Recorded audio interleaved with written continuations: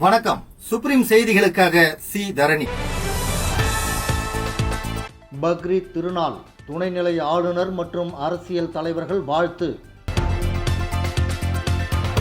வேட்பாளர்கள் தேர்தல் கணக்குகளை சமர்ப்பிப்பதற்கான பயிற்சி வகுப்பு மாவட்ட தேர்தல் அதிகாரி குலோத்துங்கன் தலைமையில் நடைபெற்றது.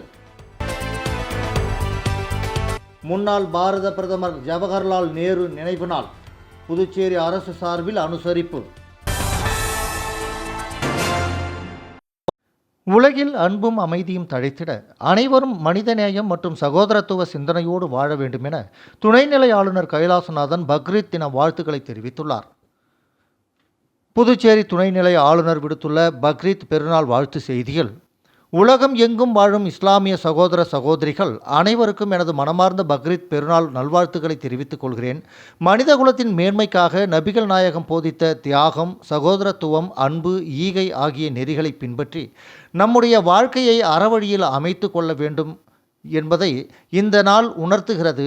உலகில் அன்பும் அமைதியும் தழைத்திட அனைவரும் மனிதநேயம் மற்றும் சகோதரத்துவ சிந்தனையோடு வாழ வேண்டும். அனைவரது வாழ்விலும் வளமும் நலமும் பெருக வேண்டும் என்று வாழ்த்துகிறேன் என பக்ரீத் பெருநாள் வாழ்த்து செய்தியில் குறிப்பிட்டுள்ளார். புதுச்சேரியில் வேட்பாளர்களின் தேர்தல் செலவினங்களுக்கான கணக்குகளை சமர்ப்பிப்பதற்கான பயிற்சி வகுப்புகள் இன்று மாவட்ட தேர்தல் அதிகாரி குலோத்துங்கன் தலைமையில் ஆட்சியர் வளாகத்தில் நடைபெற்றது. புதுச்சேரி மாநிலத்தில் 2026 சட்டமன்ற தேர்தல் நடைபெற்று முடிந்த நிலையில் வேட்பாளர்கள் தேர்தல் முடிவு அறிவிக்கப்பட்ட நாளிலிருந்து 30 நாட்களுக்குள் தங்களது தேர்தல் வரவு செலவு கணக்குகளை தாக்கல் செய்ய வேண்டும். வேட்பாளர்களின் தேர்தல் செலவினங்களுக்கான கணக்குகளை சமர்ப்பிப்பதற்கான பயிற்சி வகுப்புகள் மாவட்ட தேர்தல் அதிகாரி குலோத்துங்கன் தலைமையில் ஆட்சியர் வளாகத்தில் நடைபெற்றது. இந்த நிகழ்ச்சியில் வேட்பாளர்களின் தேர்தல் கணக்கு முகவர்கள் கலந்து கொண்டனர். இதில் தலைமையேற்று கலந்து கொண்ட மாவட்ட தேர்தல் அதிகாரி முகவர்களின் கேள்விகளுக்கும் சந்தேகங்களுக்கும் பதிலளித்து வேட்பாளர்கள் தங்கள் வரவு செலவு கணக்கினை மாவட்ட தேர்தல் அதிகாரி அவர்களிடம் நிர்ணயிக்கப்பட்ட காலக்கெடுவிற்குள் சமர்ப்பிக்க வேண்டும் என வலியுறுத்தினார். மேலும் வேட்பாளர்கள் சமர்ப்பிக்கும் வரவு செலவு கணக்குகளை செலவின பார்வையாளர்கள் சரிபார்ப்பார்கள் எனவும் தெரிவித்தார்கள். முன்னாள் பாரத பிரதமர் பண்டித ஜவஹர்லால் நேரு அவர்களின் நினைவு நாள் புதுச்சேரி அரசு சார்பில் இன்று அனுசரிக்கப்பட்டது. முன்னாள் பாரத பிரதமர் பண்டித ஜவஹர்லால் நேரு அவர்களின் நினைவு நாள் புதுச்சேரி அரசு சார்பாக இன்று அனுசரிக்கப்பட்டது. இதனையொட்டி காந்தி திடலில் அமைந்துள்ள அவரது திருவுருவச் சிலைக்கு சட்டமன்ற உறுப்பினர்கள் வி.பி. சிவக்கொழுந்து, ராஜவேலு, ஏ.கே.டி. ஆறுமுகம், சாய் ஜே. சரவணகுமார், மோகன்தாஸ், நாராயணசாமி என்கிற நித்தியானந்தம், அழகு என்கிற அழகானந்தம், விக்னேஷ் கண்ணன், ஐயப்பன் என்கிற மொட்டையப்பன் ஆகியோர் மாலை அணிவித்து மரியாதை செலுத்தினர்.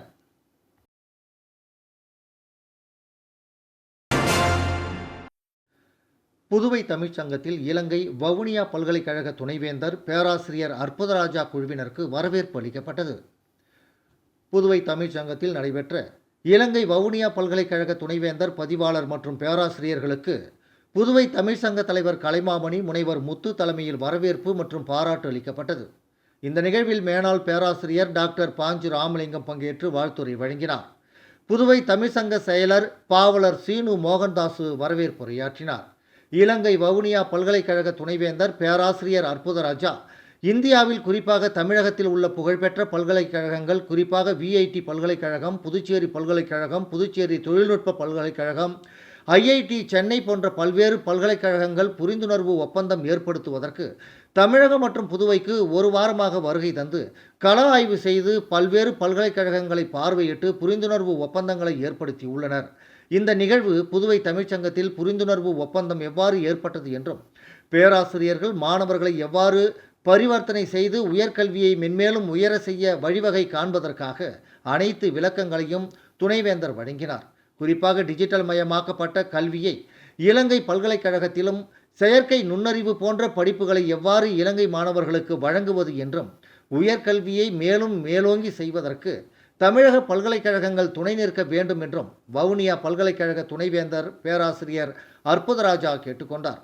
உடன் பதிவாளர் ஜெயக்குமார், இயக்குனர் முனைவர் கோப்பெருந்தேவி கலைநாதன், பேராசிரியர் எட்வின் பிளினோஸ், பேராசிரியர் செந்தூரார், பேராசிரியர் ரமணன், பேராசிரியர் ஜானகி சாமுவேல், தேவா ரூபன், பேராசிரியர் யசோதா ராம் ரமணன் ஆகியோர் பங்கேற்றனர்.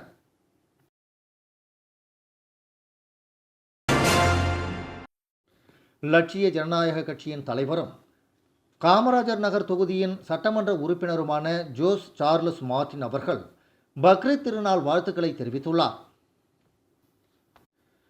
இது தொடர்பாக அவர் விடுத்துள்ள பக்ரீத் திருநாள் வாழ்த்து செய்தியில், தியாகத்திற்கும் ஈகைக்கும் உதாரணமான பக்ரீத் திருநாளில் புதுச்சேரி மாநிலம் முழுவதும் வாழும் இஸ்லாமிய சகோதர சகோதரிகள் அனைவருக்கும் என் அன்பான வாழ்த்துக்களை தெரிவித்துக் கொள்கிறேன்.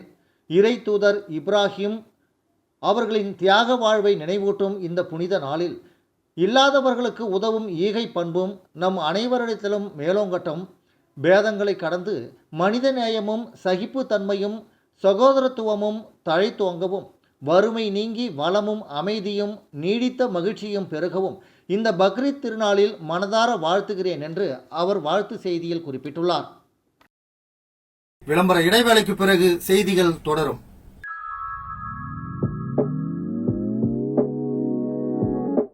ஜோசாலுகாஸில் இயர் எண்ட் சேல் வந்தாச்சு. தங்க நகைகளுக்கான சேதார கட்டணத்தில் பிளாட் 50% தள்ளுபடி பெறுங்கள். இப்பவே ஷாப்பிங் செய்யுங்க.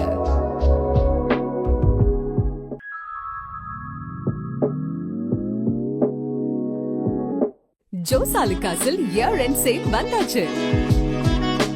தங்க நகைகளுக்கான சேதார கட்டணத்தில் பிளாட் 50% தள்ளுபடி பெறுங்கள். இப்பவே ஷாப்பிங் செய்யுங்க. செய்திகள் தொடர்கின்றன. புதுச்சேரி அரசு வேளாண் மற்றும் விவசாயிகள் நலத்துறை தோட்டக்கலை பிரிவானது மத்திய அரசின் தேசிய தோட்டக்கலை இயக்கம் மூலமாக தோட்டக்கலை பயிர் சாகுபடி செய்யும் விவசாயிகளை ஊக்குவிக்கும் வண்ணம் தோட்டக்கலையில் பல்வேறு கட்டமைப்புகளை உருவாக்குவதற்கான கடனுடன் இணைக்கப்பட்ட பின்சை மானியம் மூலதன செலவினத்தில் மானியம் பெறுவதற்கு விண்ணப்பிக்கலாம் என செய்தி வெளியிட்டுள்ளது. இது தொடர்பாக புதுச்சேரி அரசு வேளாண் மற்றும் விவசாயிகள் நலத்துறை தோட்டக்கலை பிரிவு வெளியிட்டுள்ள செய்திக்குறிப்பில், புதுச்சேரி அரசின் வேளாண் மற்றும் விவசாயிகள் நலத்துறை தோட்டக்கலை பிரிவானது மத்திய அரசின் தேசிய தோட்டக்கலை இயக்கம் மூலமாக தோட்டக்கலை பயிர்கள் சாகுபடி செய்யும் விவசாயிகளை ஊக்குவிக்கும் வண்ணம் பல்வேறு திட்டங்களை செயல்படுத்தி வருகிறது. அந்த வகையில் மகளிர் மற்றும் இளைஞர்களுக்கு சுய வேலைவாய்ப்பினை உருவாக்கிடவும், அவர்களுடைய வேளாண் சார் வருமானத்தை ஈட்டி வாழ்வாதாரத்தை மேம்படுத்தும் நோக்கத்தோடு 2026-27 ஆண்டிற்கான காளான் உற்பத்தி கூடம் அமைத்தல், காளான் விதை உற்பத்தி கூடம் அமைத்தல், பசுமை குடில், நிழல் வலை குடில் அமைத்தல், இரும்பு கம்பிவேலி அமைத்தல், பேட்டரி மூலம் இயங்கும் விசை தெளிப்பான், பேக் ஹவுஸ், குறைந்தபட்சம் பதப்படுத்தும் அலகு, சூரிய சக்தி மூலம் பயிர் உலர்த்தும் கருவி, மண்புழு உரத்தொட்டி அமைத்தல், பண்ணை குட்டை அமைத்தல், பழம் மற்றும் காய்கறி விற்பனை தள்ளுவண்டி மற்றும் தேனீ வளர்ப்பு ஆகிய கட்டமைப்புகளை உருவாக்குவதற்கான கடனுடன் இணைக்கப்பட்ட பின்சை மானியம் மூலதன செலவினத்தில் மானியம் பெறுவதற்கு விண்ணப்பங்கள் வரவேற்கப்படுகின்றன.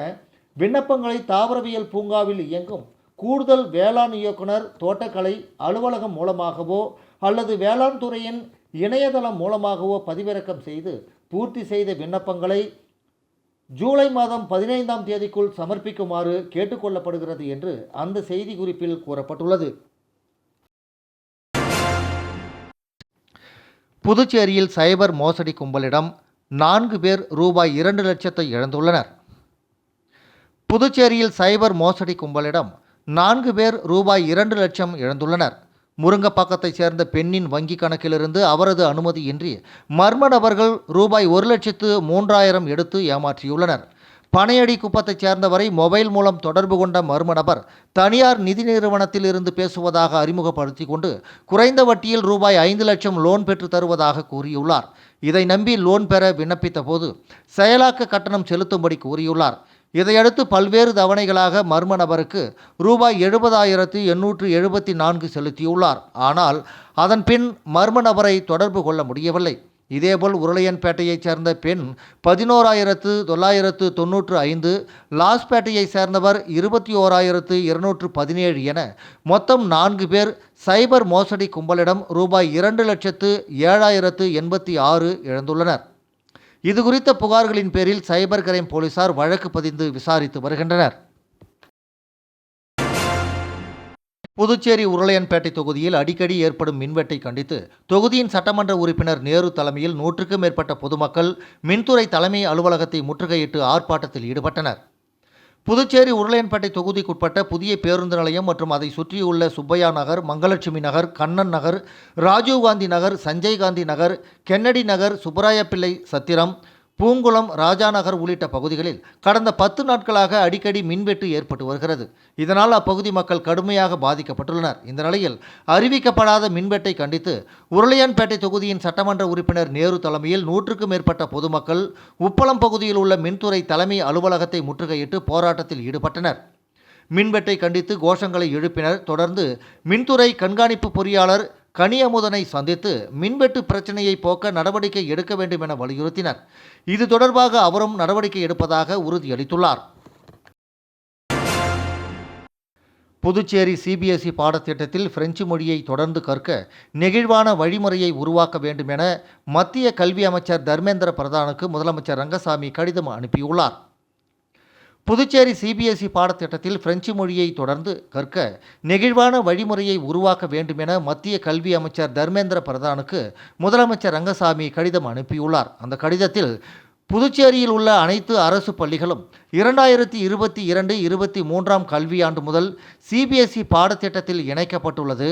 கடந்த 2025-26 கல்வியாண்டில் நடந்த 10ஆம் வகுப்பு பொதுத் தேர்வில் புதுச்சேரி யூனியன் பிரதேசம் 99.81% தேர்ச்சி சதவீதத்தை அடைந்துள்ளது.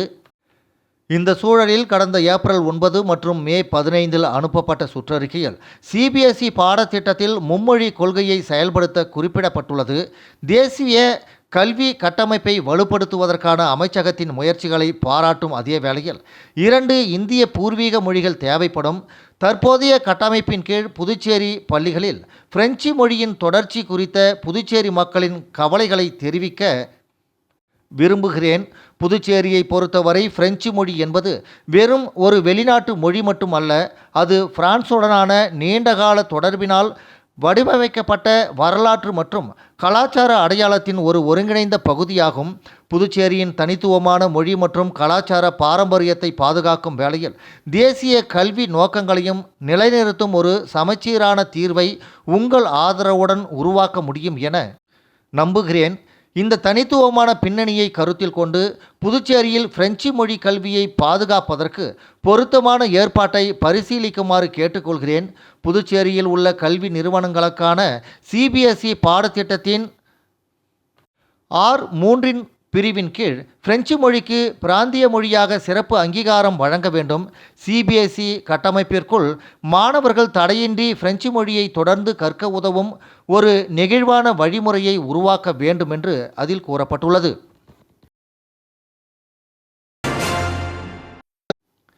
புதுச்சேரியில் அதிக வெப்பம் காரணமாக பள்ளிகள் திறப்பை 1 வார காலம் தள்ளி வைக்க வேண்டும் என அரசுக்கு திமுக அமைப்பாளர் சிவா கோரிக்கை விடுத்துள்ளார். இதுகுறித்து அவர் வெளியிட்டுள்ள அறிக்கையில், புதுச்சேரியில் ஆண்டுதோறும் கோடை விடுமுறை முடிந்து ஜூன் மாதம் முதல் வாரம் பள்ளிகள் திறக்கப்படுவது வழக்கம். இருப்பினும் இந்த ஆண்டு ஜூன் மாதம் முதல் வாரத்தில் வழக்கத்தை விட கடுமையான வெப்ப அலையும் அதிகப்படியான ஈரப்பதமும் நிலவும் என வானிலை ஆய்வு மையம் கணித்துள்ளது. பகல் நேரங்களில் நிலவும் அதிக வெப்பம் மற்றும் புழுக்கம் காரணமாக சிறிய குழந்தைகள் மற்றும் பள்ளி மாணவர்களுக்கு நீர்ச்சத்து குறைபாடு, மயக்கம் மற்றும் உடல் சோர்வு ஏற்பட அதிக வாய்ப்பு உள்ளது. வகுப்பறைகளில் நிலவும் கடும் வெப்பம் மாணவர்களின் கவனத்தை சிதறடித்து கற்றல் திறனை பாதிக்கும். காலை மற்றும் மாலை நேரங்களில் போக்குவரத்து நெரிசலும் பகலில் வெயிலின் தாக்கமும் மாணவர்களின் பயணத்தை மிகவும் கடினமாக்கும். மாணவர்கள் நலன் கருதி இந்த ஆண்டு பள்ளிகள் திறப்பை வரும் 8ஆம் தேதி வரை தள்ளி வைக்க வேண்டும் என அவர் கோரிக்கை விடுத்துள்ளார். புதுச்சேரி மக்கள் அனைவருக்கும் முன்னாள் முதல்வர் நாராயணசாமி பக்ரீத் திருநாள் வாழ்த்துக்களை தெரிவித்துள்ளார். இது தொடர்பாக அவர் விடுத்துள்ள பக்ரீத் வாழ்த்து செய்தியில், தியாகத்தின் மகத்துவத்தை உலகிற்கு உணர்த்தும் புனிதமான நாள் பக்ரீத் திருநாள். நபிகள் அவர்கள் இறைவனின் கட்டளைக்கு கீழ்ப்படிந்து தன் மகனையே தியாகம் செய்ய முன்வந்த உயரிய நிகழ்வை நினைவுகூரும் நாள் இது. இந்த திருநாள் நமக்கு கற்றுத்தரும் பாடம் ஈகை, அன்பு மற்றும் சகோதரத்துவம் நம்மிடம் உள்ளதை இல்லாதவர்களோடு பகிர்ந்து உண்ண வேண்டும் என்பதே இதன் நோக்கம். நம்மிடம் உள்ளதை 3 பங்காக பிரித்து 1 பங்கு ஏழைகளுக்கும் 1 பங்கு உறவினர்களுக்கும் 1 பங்கு குடும்பத்திற்கும் வழங்கி ஈகையின் உயர்வை உணர்த்தும் நாள் இது. இதன் மூலம் சமூகத்தில் சமத்துவம் நிலைநாட்டப்படுகிறது. பக்ரீத் என்பது வெறும் பண்டிகை மட்டுமல்ல, மனித மனங்களில் உள்ள பொறாமை, கோபம், வெறுப்பு போன்ற தீய குணங்களை தியாகம் செய்து அன்பும் அமைதியும் நிறைந்த வாழ்க்கையை வாழ உறுதி ஏற்கும் நாள். அதிகாலையில் சிறப்பு தொழுகை, உறவுகளோடு கூடி உணவருந்துதல், புத்தாடை அணிதல், பெரியோர்களிடம் ஆசி பெறுதல் என இந்த நாள் மகிழ்ச்சியால் நிறைகிறது. இந்த புனித நாளில் நபிகள் அவர்களின் அருள் அனைவர் மீதும் பொழியட்டும். இஸ்லாமிய சகோதரர்களின் இல்லங்களில் மற்றும் அனைவரிடமும் செல்வமும் ஆரோக்கியமும் அமைதியும் நிலைத்திருக்கட்டும். இந்த நன்னாளில் மனிதநேயம் தழைக்கட்டும், சகோதரத்துவம் வளரட்டும்.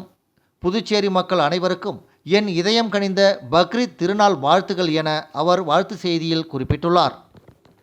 மீண்டும் முக்கிய செய்திகள். பக்ரீத் திருநாள் துணைநிலை ஆளுநர் மற்றும் அரசியல் தலைவர்கள் வாழ்த்து.